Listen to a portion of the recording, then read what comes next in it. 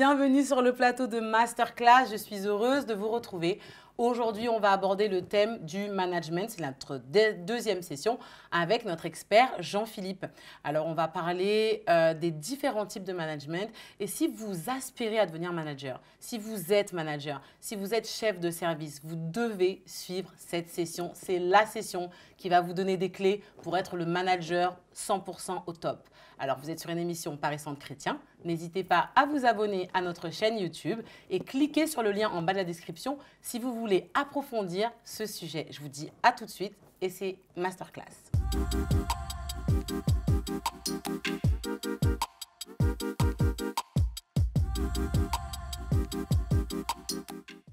Bonjour Jean-Philippe. Bonjour Elodie. Je suis heureuse de te retrouver pour notre deuxième session.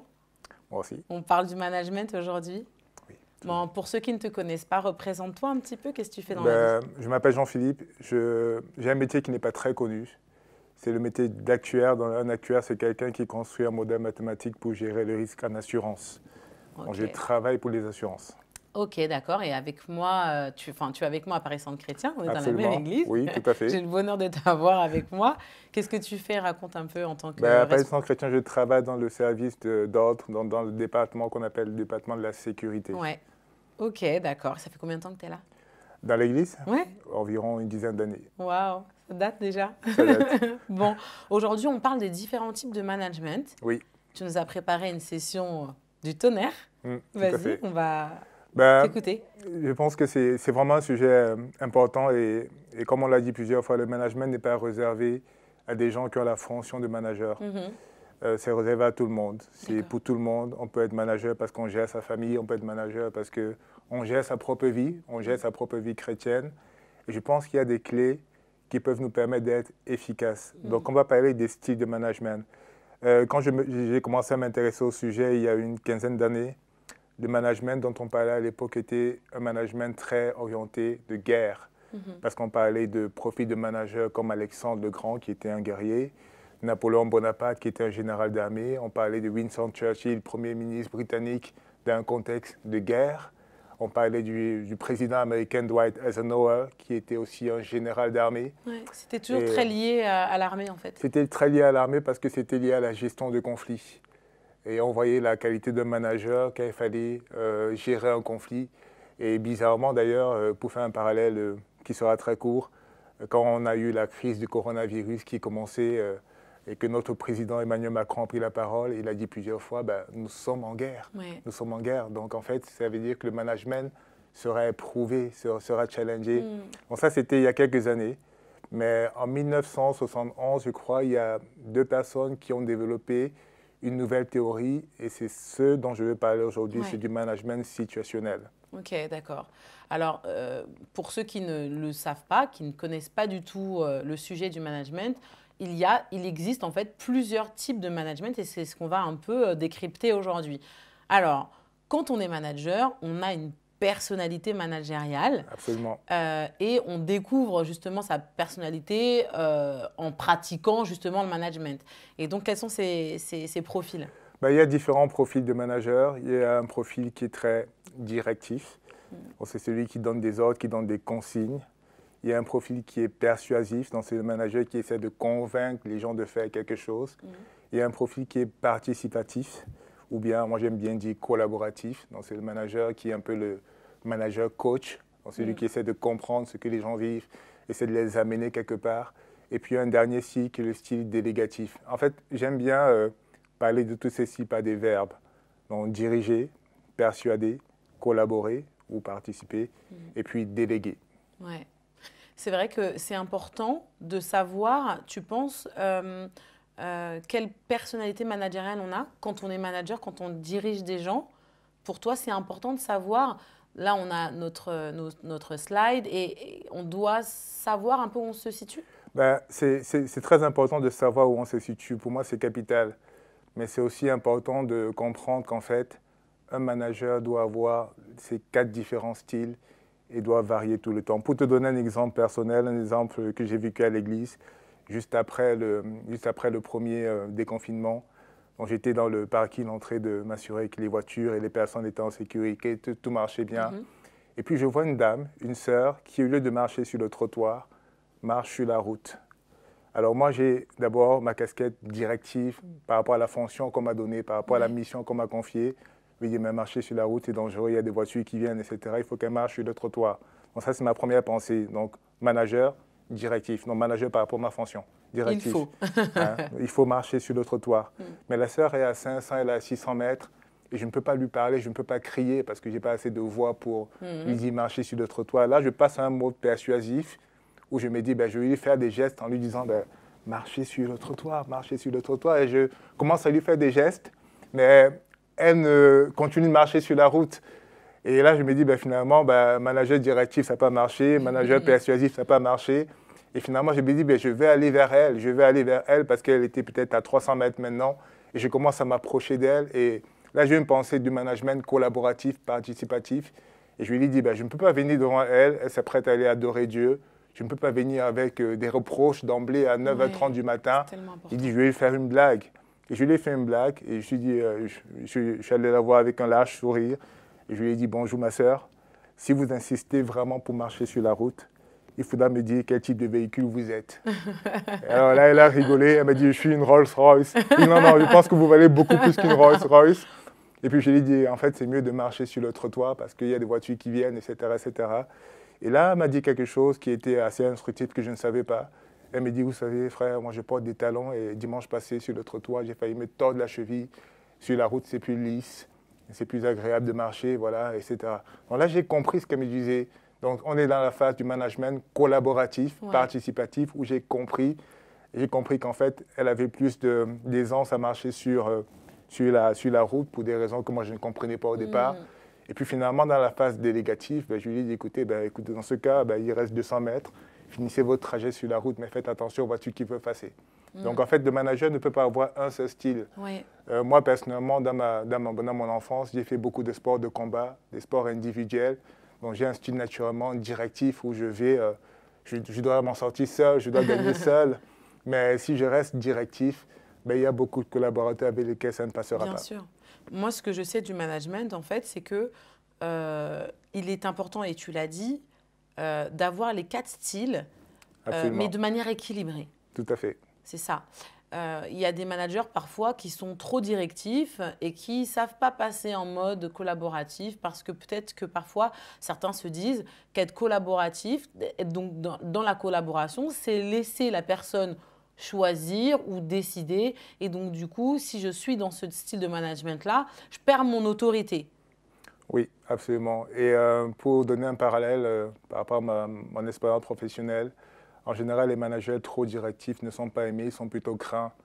C'est le manager qui, quand il arrive près de la machine à café, même s'il y avait des conversations animées, que tout le monde rigolait dès qu'il vient, tout le monde se calme. Et, où s'en va Où s'en va, d'ailleurs. Oui, où s'en va. Et le manager très persuasif, ils ont un grand défaut. J'ai eu à travailler avec un manager très persuasif. Il parle beaucoup parce qu'ils essaient de persuader. Donc, il parlait tout le temps et moi, ça me frustrait. Et quand ils parlent et qu'ils ne sont pas écoutés, ça les frustre à leur tour. Donc, du coup, ce n'est pas une bonne chose. Le manager qui est très collaboratif, trop collaboratif, en fait, il faut éviter de rentrer dans trop de familiarité avec les gens. Oui. Parce qu'il faut quand même garder une certaine distance, par rapport à la vie privée, qui est importante en mon sens. Donc, un manager qui collabore trop, l'inconvénient principal, c'est que les collaborateurs, souvent, ne montent pas en compétence. Il reste des gens qui attendent des instructions, qui savent que voilà, il va venir m'aider pour faire la tâche, etc. Et le manager qui est trop délégatif, en général, c'est des managers qui ne sont pas aimés aussi parce que souvent, on se dit, ils ne font pas grand-chose. Ils délèguent, ils donnent des tâches à faire à gauche et à droite. Donc, en fait, il n'y a pas de style qu'on peut mettre en avant. Il faut avoir les 4 styles et variés à chaque fois. Exactement. En fait, ce n'est pas un style, c'est-à-dire qu'on pourrait se dire, persuasif, c'est pas terrible, être dans la délégation, c'est mieux, donc il faut être manager délégatif. Non, il faut avoir les 4 styles de management. Il faut avoir les 4 styles. Et savoir les utiliser au bon moment. Tout à l'heure, tu parlais de distance. Je me dis que dans l'église, par exemple, il y a beaucoup de managers parce que du coup, il y a des responsables et des sous-responsables. Et il n'y a pas cette distance qu'on peut avoir dans la vie professionnelle. Là, on prend soin des âmes, en fait. Et il y a cette part un peu privée, cette sphère privée qui est quand même un petit peu ouverte parce que des fois, les gens ont besoin de se confier, etc. Selon toi, comment on apporte l'équilibre en fait? Comment, si tu devais conseiller quelqu'un qui est responsable dans une église et qui a donc voilà, qui est manager, qui est positionné comme manager, qu'est-ce que tu lui conseillerais pour qu'il y ait cet équilibre? Ben, je pense qu'il faut, dans l'église, c'est un peu différent du monde professionnel. On est appelé à s'aimer et ça, c'est une très très bonne chose. Donc, on est appelé à avoir des relations un peu plus approfondies qu'une relation professionnelle où chacun vient faire son travail et s'en va. Donc, moi, je pense que c'est bien d'avoir cette ouverture d'esprit, de pouvoir aller vers les autres, de pouvoir écouter les autres. Et après, je pense qu'il y a toujours une fine limite entre ce qui est vraiment du privé-privé et ce qui est du public. Par exemple, il y a des situations personnelles qu'il ne faut pas forcément partager à tout le monde parce que même si on est à l'église, hein, il faut quand même garder une part de vie personnelle ou bien le confier à certaines personnes spécifiquement. Il y a des managers qui ont peur de ne pas être respectés s'ils ne sont pas dans un style directif ou qui pensent peut-être, hein, à tort ou à raison, on en discute, que voilà, c'est comme ça qu'on arrive à faire fonctionner les choses. Oui, il y a des managers qui pensent que le management par la terreur, ça marche. Donc, ils sont très directifs, ils sont là pour faire peur. Et quand on les voit, on sent bien que voilà, les collaborateurs sont stressés quand ils doivent aller les voir. Après, moi, je pense que ce n'est pas un bon style de management. Pourquoi? Parce qu'aujourd'hui, en fait, le monde du travail a changé. Il y a quelques années, les gens faisaient toute leur carrière à un seul poste. C'est vrai. Dans une seule boîte plutôt. Moi, personnellement, j'ai fait 5 boîtes en 13 ans. Donc, tous les 2-3 ans, je change de boîte parce que le marché me permet de le faire, parce que mon profil me permet de le faire, parce que la demande du marché me permet de le faire. Donc, quand je ne suis pas content, je m'en vais. Je m'en vais. Si Dieu me dit pas, je pars. S'il me donne de go, je pars. Donc, aujourd'hui, finalement, avoir un manager qui est très directif, il y a le grand inconvénient de pouvoir perdre les potentiels talents qu'on peut avoir. Et les gens qui s'en vont, en fait, du coup. C'est bien ce que tu dis. J'en profite pour en dire que quand on est positionné dans une église, quand Dieu nous place quelque part, en fait, là, c'est pas comme dans le milieu du travail. On s'en va pas, on change pas d'église tous les 5 ans. Ah ben non. On reste là où Dieu nous a placés parce qu'en fait, il y a toujours un but pour lequel Dieu nous a mis quelque part. Et en fait, je pense que dans le management aussi, dans l'Église particulièrement, Dieu travaille aussi à nos caractères, en fait. Je vais parler d'un outil quand même important pour le management, pour le manager. C'est quelque chose que j'ai découvert il y a quelques années en lisant un livre écrit par un chrétien évangélique, je pense d'ailleurs, qui s'appelait Stephen Covey. Il a écrit un livre qui s'appelle Les 7 habitudes des gens efficaces. Des gens qui réussissent ou des gens efficaces, etc. Donc ça, c'est un très très bon livre. Et en fait, il parlait de cet outil qui est assez facile à mettre en place, qui s'appelle la matrice d'Eisenhower. Et la matrice d'Eisenhower, en fait, c'est simplement un mode de pensée qui nous amène à classifier toutes nos tâches qu'on a à accomplir en tant que manager, en tant qu'individu, dans une matrice selon l'urgence et l'importance. Je vais commencer par le côté le plus facile. Il y a des tâches qu'on doit faire qui ne sont ni urgentes ni importantes. Et ça, c'est des tâches qu'il faut absolument éviter. Pour te donner un exemple concret avec le confinement, comme on peut plus se rassembler physiquement, dans mon équipe où je suis, on a fait ce qu'on appelle des cafés virtuels. Donc, les cafés virtuels, c'est souvent les vendredis soirs à 18h30 où on se connecte tous pendant 1 heure pour parler de tout et de rien. C'est sympa. Sympa, oui, mais moi, ça ne m'apporte rien. C'est sympa pour l'équipe parce qu'on parle de tout et de rien, du football, en tout cas, ça crée du de l'amour, ça crée du lien. Mais moi, je me suis dit, vendredi soir à 18h30, est-ce que c'est urgent d'assister à cette réunion qui est d'ailleurs facultative? Non. Est-ce que c'est important d'assister à cette réunion qui est facultative? Non. Donc moi, j'y vais pas ou j'y vais très peu. Peut-être une fois par mois, juste pour être présent. Donc les tâches non urgentes, non importantes, on zappe. Il y a les tâches qui sont urgentes et importantes. Et ça, c'est les tâches que le manager doit conserver pour lui-même. Pourquoi? Parce que c'est urgent, mais il faut le faire vite. C'est important, ça peut avoir un impact sur l'organisation, sur l'atteinte des objectifs, etc. Et il faut vraiment que le manager puisse le conserver. Il y a des tâches qui sont urgentes, donc il faut le faire vite, mais non importantes. Donc ça, c'est les tâches qu'il faut déléguer. Si c'est urgent et on a des gens de confiance dans l'équipe, non n'importe, parce que ce n'est pas important, on délègue facilement. Et puis il y a des tâches, pour finir, qui sont non urgentes, mais importantes. Comme ce n'est pas urgent, c'est juste ces tâches qu'il faut planifier pour des dates ultérieures. Et en fait, cette matrice, à moi, m'a beaucoup aidé dans tout ce que je fais, je place chacun des trucs, je prends une feuille A4, je la divise en 4 carrés, les gens importants, non les gens non importants, et je classe. Et je sais comment m'organiser en conséquence. Ouais. Quand je t'entends dire ça, ça me fait penser donc au fait qu'un manager, il doit être organisé. Ben, absolument. C'est ça, il doit être organisé et en fait, s'il ne l'est pas, s'il n'est pas capable en fait de prioriser ses tâches, ben, en fait, toute sa désorganisation, en fait, elle coule aussi sur le reste de son équipe, qui va être aussi en bas tout autant désorganisée. Oui, malheureusement, un manager doit être très organisé et s'il ne l'est pas, ben, forcément, l'équipe va sentir qu'ils avancent dans tous les sens, sans véritable direction. Mais la bonne nouvelle, c'est qu'être organisé, on le devient. Oui, ça s'apprend, bien sûr. Ça s'apprend. Moi, avant de lire tous ces livres qui m'ont aidé à être plus efficace dans ma pratique professionnelle quotidienne, ben, je n'étais pas forcément le gars le plus organisé du monde, mais j'ai appris. Ouais, ça donne de l'espoir à ceux qui se disent oh, « je ne suis pas du tout organisé, il faut que je travaille ça ». Je voulais revenir juste sur un point, sur tout à l'heure quand on parlait des différents styles de management. Comment moi je sais quel style de management est plus fort chez moi pour que je puisse rééquilibrer les choses? Ben, comment tu sais déjà, il faut savoir ce pourquoi tu as de l'appétence. Est-ce que tu aimes diriger? Est-ce que tu aimes donner des ordres? Ça, c'est facile à savoir, hein, même en tant que mère de famille. Je parle de toi, peut-être. Est-ce qu'avec les enfants, tu aimes bien dire c'est comme ça qu'on fait les choses, etc., etc. Est-ce que tu es plus dans le normatif? Donc, tu instaures les normes qui peuvent être positives ou négatives, peu importe. Il faut savoir si tu aimes persuader, si tu aimes convaincre, si tu aimes argumenter, discuter. Dans ce cas, tu es un manager persuasif parce que tu ne viens pas forcément avec ta casquette de super manager pour dire ben, j'ai raison, c'est comme ça. Mais là, tu essaies de convaincre la personne. Donc là, si tu aimes convaincre les gens... Avec un profil commercial. Avec un profil commercial, essayer de convaincre les gens de faire quelque chose, de leur expliquer pourquoi c'est important. Là, tu es plus un manager persuasif. Si tu aimes travailler avec les gens, si tu aimes collaborer avec les gens, si tu aimes participer à la mission collective, je pense que tu es plus un manager participatif ou un manager coach. Donc, quelqu'un qui a vraiment les mains dans le cambouis. Et puis après, il y a le dernier style qui est peut-être pas le meilleur, qui est le management délégatif, ou quelqu'un qui, à chaque fois qu'il a une tâche, ben, il trouve quelqu'un pour le faire à sa place. On poursuit notre point. Tu disais, quand on était en train de préparer l'émission, que c'était important d'impliquer les gens avec lesquels on travaille, l'équipe qui est autour de nous. Absolument, c'est hyper important d'impliquer les gens avec lesquels on travaille. Et je tire encore ce point du livre de Stephen Covey, cette habitude des gens qui réussissent ou bien des gens efficaces. Il a raconté dans son livre en fait, qu'il animait des conférences, il en faisait souvent dans des hôtels, des conférences sur le management, sur la gestion, sur l'efficacité professionnelle.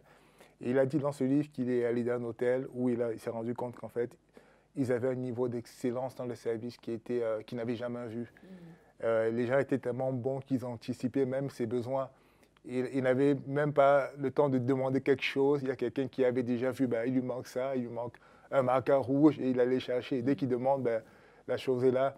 Et en fait, dans ce livre, il dit qu'il est parti voir le responsable de l'hôtel en disant, ben, j'ai fait plusieurs hôtels de votre chaîne, mais dans celui-ci, il y a quelque chose de particulier. Qu'est-ce qui fait que vos collaborateurs se sentent si impliqués? Et là, le responsable de l'hôtel lui a montré un tableau dans son bureau, ce qu'on appelle en général un énoncé de mission. Un énoncé de mission, c'est un peu comme une vision. Et il lui a dit, en fait, ce sont les collaborateurs, les employés de l'hôtel qui eux-mêmes ont écrit la vision. La vision, donc en fait, comme c'est eux-mêmes qui l'ont écrit, ils sont plus impliqués, ils y adhèrent forcément, et ils sont plus impliqués. Et pour faire un parallèle avec ma vie professionnelle, par exemple, dans la direction où je suis, on a des objectifs qui sont généraux, qui sont donnés par le boss, le grand boss, et puis qui sont donnés à mon responsable. Et mon responsable, j'ai la chance d'écrire moi-même mes propres objectifs. Donc, mon responsable vient me voir en disant, ben, écoute, voilà ce qu'on veut faire de façon globale. Comment est-ce que tu le déclines de façon particulière pour des choses qui te concernent? Donc, le fait que moi, j'écrive moi-même mes objectifs, j'écris déjà un des objectifs que je sais être smart, comme on a parlé la dernière fois. Absolument. Je sais que je peux les atteindre. Ce ne sera pas forcément facile. Et je peux dire, ben, finalement, j'ai besoin de tel moyen pour atteindre mon objectif. Pour être plus concret et parler d'un cas de l'église, tout à l'heure, quand je montais la rampe qui mène au sanctuaire, j'étais assez content parce que je regardais le mur et je voyais clairement la vision qui était écrite. C'est un tellement peu comme important. un énoncé de mission. Ouais. Le premier point, c'est aimer Dieu. Le deuxième point, c'est aimer les gens. Le troisième point, c'est aimer le monde au point d'en faire des disciples. Le quatrième point, c'est atteindre la France. Et le cinquième, changer le monde. Pourquoi je trouve que c'est intéressant? Parce que déjà, dans ma pratique professionnelle, on a rarement plus de 5 objectifs. Le maximum, c'est 5. Et là, on en a 5. C'est important, ça. 5 objectifs. C'est hyper important. OK. Parce que si on en a trop, on ne sait pas où aller. C'est difficile de les atteindre. On en a 5. Et c'est des objectifs qui sont courts, donc on peut facilement les retenir. Donc, les 5 objectifs, c'est une phrase courte et explicite qui te permet de dire finalement, je vais faire ça. Donc, concrètement, qu'est-ce qui peut se passer? Ça, c'est la vision de l'Église. Donc, c'est l'énoncé de mission collective. Mais mon responsable de département peut venir me dire, Jean-Philippe, maintenant, voilà la vision de l'Église, celle qui est globale. Comment tu les déclines dans ta pratique, dans ton service à l'Église? Par exemple, de aimer les gens, comment, en tant que membre du département de la sécurité, tu vas manifester ou quelles actions tu vas pouvoir mettre en place pour pouvoir aimer les gens? C'est un très bon point. C'est un très bon point. Pourquoi? Justement, le aimer les gens, par exemple, on connaît tous ces caractéristiques de l'amour qui est bon, l'amour qui est patient, l'amour qui ne s'irrite pas, etc. Corinthiens 13. Et je peux le manifester clairement quand je fais le parking. Il y a des heures où il y a une trentaine de voitures qui sont à la file indienne. Il y a quand même une urgence à être efficace, etc. Pour moi, aimer les gens, je sais que naturellement, en ce qui me concerne, je sais que je suis impatient. Donc pour moi, aimer les gens, si l'amour est patient, c'est peut-être me dire finalement, je vais faire tout pour ne pas être impatient.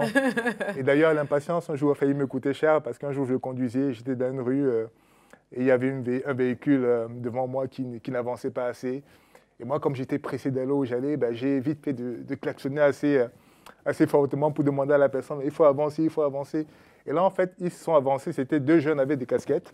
Ils se sont avancés, ils se sont mis sur le côté. Et au lieu de passer tranquillement, comme j'étais vraiment impatient et que je me disais, il faut que je leur apprenne à respecter les autres. Et quand je suis arrivé à leur niveau, j'ai baissé ma vitre côté passager et je regardais le conducteur méchamment en lui disant, écoutez, monsieur, c'est la route, ça appartient à tout le monde. Et là, il a ouvert son manteau, il a sorti une carte et il m'a montré sa carte en disant, police nationale, vous avez un truc à nous dire? Et je me suis dit, oups. Oula. Et je lui ai dit, non, finalement, non, je veux juste passer, c'est tout. Et c'était assez intéressant. Et du coup, ça m'a donné une grande leçon de patience. Et justement, je pense que quelque chose que j'aime demander aux gens, des gens que je coach ou bien des gens avec qui je collabore, je leur dis souvent, sur une échelle de 1 à 10, où est-ce que vous situez votre niveau de performance? 10, c'est le top. 1, c'est le moins bon. Sur une échelle de 1 à 10, sur une échelle de où est-ce 1 à que 10. vous situez votre niveau de performance? C'est ça. On s'auto-évalue. On s'auto-évalue. Et ça, c'est important pour des gens qui ont une mission à accomplir, de dire finalement, moi, Jean-Philippe, je sais que niveau patience, je suis à 2, voire 1. Donc, par exemple, le manager peut poser ce type de questions-là, ce qui permet à son collaborateur déjà donc de s'auto-évaluer et au manager qui a probablement déjà un petit peu la réponse, de voir si vous êtes sur la même longueur d'onde, si vous avez observé les mêmes choses. Absolument, le manager peut poser ce type de questions, mais même le collaborateur qui veut évoluer doit se poser la question. Moi, niveau patience, je suis à 2 et je peux me dire, finalement, mon challenge, c'est à la fin de l'année 2021 d'être à 4. Et qu'est-ce que je fais? Donc, dans les situations où je suis appelé à être impatient, je me souviens que ça fait partie de mes objectifs. Ça fait partie de la vision de l'Église, aimer le monde. Et moi, j'ai dit dans mes objectifs, aimer le monde, aimer les gens, pour moi, c'est être patient parce que l'amour est patient. Ouais. Et du coup, je me discipline pour l'être. Ça peut aussi être un moyen de me dire, finalement, si j'estime que je ne suis pas assez patient pour être à une position donnée, je vais dans un coin où je ne suis pas amené à être challengé à ce niveau-là. Donc, en fait, impliquer le collaborateur, c'est leur faire écrire leur propre énoncé de mission. Et quand on écrit un énoncé de mission, il ne faut pas être figé. Ce que je vais dire, il ne faut pas être figé. Là, par exemple, à l'Église, on a un département de restauration. Peut-être que pour eux qui ont une action très locale, la mission, changer le monde, va être un peu plus compliqué que pour le département vidéo qui fait des vidéos, qui mettent sur YouTube, que le monde entier voit. Donc en fait, on adapte l'énoncé de mission. En fonction des missions même, des missions premières du département. C'est ça. Ouais. Moi, je trouve ça extraordinaire, cette discussion qu'on a, parce que je me rends compte comment, en fait, Dieu peut vraiment...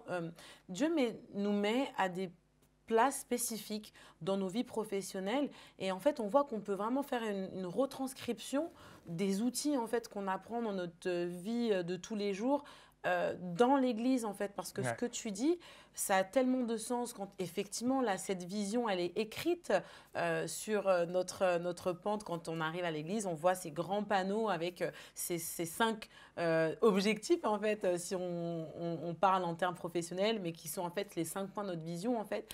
Et oui, saisissez-vous de ces points-là. J'espère que vous avez votre cahier, votre stylo et que vous êtes en train de noter tout ça. C'est super important. Oh là là, le temps passe vite. On parle donc maintenant de Moïse. C'est quand même le gars qui parlait à Dieu face à face. Donc il a des atouts que beaucoup de chrétiens rêvent d'avoir. Ouais. Mais moi, je pense que Moïse, il nous apprend beaucoup de choses en termes de management. Ouais. Et justement, j'ai intitulé ce thème, maintenant, cette slide, le management de Moïse ou bien la recette du burn-out. Okay. Burn-out, en fait, en français, on le traduit comme l'épuisement professionnel. Ouais. Et si je te dis que Moïse a fait un burn-out, est-ce que tu seras d'accord ou pas d'accord avec moi? Écoute, moi je sais que c'était quelqu'un de très colérique et que vraiment le peuple lui rendait la vie très difficile. Donc je peux imaginer qu'avec un peuple qui a fait preuve d'une grande insoumission par moment, il pouvait vraiment craquer, quoi. Bah justement, et dans le management de Moïse, il y a une première phase, et c'est cette phase qui est dans Exode 18, je crois, où il y a son beau-père qui vient le voir avec sa femme et ses 2 enfants, donc ce qui présuppose que Séphora était retournée chez son papa avec ses 2 enfants. Pourquoi, je ne sais pas. Mais quand on lit un peu plus, on peut se rendre compte qu'en fait, il y avait des choses que Moïse devait changer. Alors Jéthro lui dit carrément, écoute, toi, tu passes toute la journée, du matin au soir, devant le peuple. Il y avait peut-être une longue queue devant Moïse. Ils attendaient leur tour de passage, etc. Et donc, un homme qui passe toute la journée devant le peuple, du matin au soir, jusqu'au soir, est-ce qu'il a le temps pour s'occuper de sa famille? Je ne suis pas sûr. Ouais. Donc ça, c'est une première chose. Et Jéthro lui donne un conseil hyper important. Il dit, ben, il faut que tu établisses des chefs des peuples. Et là, il lui dit des chefs de 1000, des chefs de 100, des chefs de 50 et des chefs de 10. Ça, c'est la hiérarchisation des tâches ou bien des responsabilités par rapport à l'expérience de la personne. Dans ma vie professionnelle, on ne peut pas confier mon travail à un gars qui sort d'école. Il ne pourra pas le faire. Ouais. Il ne pourra pas le faire.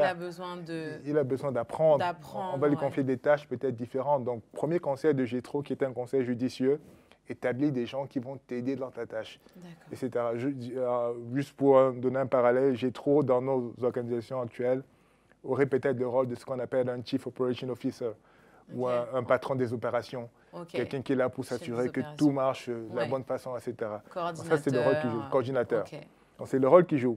Donc Moïse pense que c'est un bon conseil et il établit des gens. Et à partir de là, ça commence à marcher un peu mieux. Mais quand on lit un peu plus, dans Nombre 11, et c'est là où je viens à cette notion de Moïse qui a fait un burn-out, parce que dans Nombre 11, verset 15, il demande à Dieu de le tuer. Wow. Moïse dit, plutôt que de me traiter ainsi, tue-moi, tue-moi. Il n'en pouvait plus. Mais beaucoup de gens aujourd'hui parlent du burn-out, mais avant le burn-out, il y a une étape qui s'appelle le burn-in. Les gens qui commencent à exploser de l'intérieur. Ils s'épuisent. Ils s'épuisent. Ils s'épuisent. Et justement, en parlant d'épuisement, c'est assez intéressant dans Exode 18. Jéthro dit à Moïse, si tu continues de fonctionner comme ça, tu vas t'épuiser et tu vas épuiser le peuple. Et ça, c'était il y a... C'est pas 3000, 4000 ans, je ne sais pas. Mais aujourd'hui, au XXIe siècle, c'est toujours vrai. On parle d'épuisement professionnel. Donc Moïse, en fait, s'est épuisé. Et pourquoi? Parce qu'il a dit, quand il a fait son burn-in, il a dit dans Nombre 11, 14, je ne peux à moi tout seul porter la charge de ce peuple. Elle est trop lourde pour moi. Donc en fait, les gens qui, dans le monde professionnel, par exemple, commencent à faire des burn-out, ils commencent par parler. Quand ils font leur burn-in, ils parlent. Moi, j'ai des collègues qui, malheureusement, étaient brillantissimes, des polytechniciens, des gens qui avaient des parcours académiques sans faute, qui ont fait des burn-out, malheureusement. Et ça a commencé par des paroles. Il venait le matin au travail et il a commencé à avoir des propos un peu incohérents. Et ça nous faisait rigoler. On ne comprenait pas qu'en fait, c'était le début. La personne n'était déjà pas très bien. La personne n'était déjà pas très bien. Et c'est là où on se rend compte qu'en fait, avoir des gens pour nous seconder, c'est important. Tout à l'heure, on parlait de Josué et Caleb, qui étaient justement aussi des aides importantes pour Moïse. Et savoir bien les choisir, c'est important. C'est hyper important. Et tu as mis un bon point, c'est savoir bien les choisir. Parce que je pense que Moïse, il a peut-être fait inconsciemment pas une erreur de choix. Par exemple, avec Aaron, Aaron n'était pas supposé être le Moïse en second. Pour moi, Aaron, c'était le patron de la communication. Parce qu'il a dit à Moïse, bah, tu ne sais pas parler, tu vas prendre ton frère Aaron qui a la langue facile, il va parler à Pharaon. C'était le patron de la communication. Mais qu'est-ce qui s'est passé? Quand Moïse est monté sur la montagne pendant 40 jours et que personne ne savait ce qu'il devenait, le peuple allait voir Aaron pour lui demander de faire un veau d'or. Et il a gentiment obéi, il a fait un veau d'or. Donc pour moi, Moïse avait commis une erreur. Il était le manager omniprésent. Moi, j'ai eu un très bon poste il y a quelques années, un poste vraiment très, très important et que j'ai eu très jeune, j'ai eu à 36 ans. Je ne l'ai plus aujourd'hui, Dieu merci. Et dès le début, dès ma première année en poste, les RH m'ont contacté en disant « Jean-Philippe, écoute, on aimerait que tu nous parles de ton plan de succession. » J'ai dit « Mais un plan de succession, je n'ai pas l'intention de partir. » Il dit « Oui, on sait que tu n'as pas l'intention de partir maintenant, mais quel est ton plan de succession si demain tu n'es pas à ton poste pour une raison ou une autre? Tu peux avoir un accident, tu peux tomber malade, tu peux aller en vacances, etc. Qui est capable de prendre ta place? Qui est capable de faire ton travail? » Et ça m'a amené à réfléchir en disant finalement, ben, il faut, quand on manage, avoir un plan de succession. Et idéalement, un plan de succession qu'il faut garder secret. Il ne faut pas donner des idées aux gens, mais il faut le garder bien secret. Oh là là, on va finir sur ça. Merci beaucoup Jean-Philippe et merci à vous de nous avoir suivis. Jean-Philippe, donc vous avez bien vu, il nous a parlé des différents styles de management, il nous a donné des clés importantes pour ne pas craquer en fait, pour ne pas faire de burn-out, que ce soit dans notre vie professionnelle ou dans notre vie d'église quand on est un responsable. Je vous invite à regarder et à regarder encore cette session et à la partager. C'était Masterclass, je vous dis à très bientôt.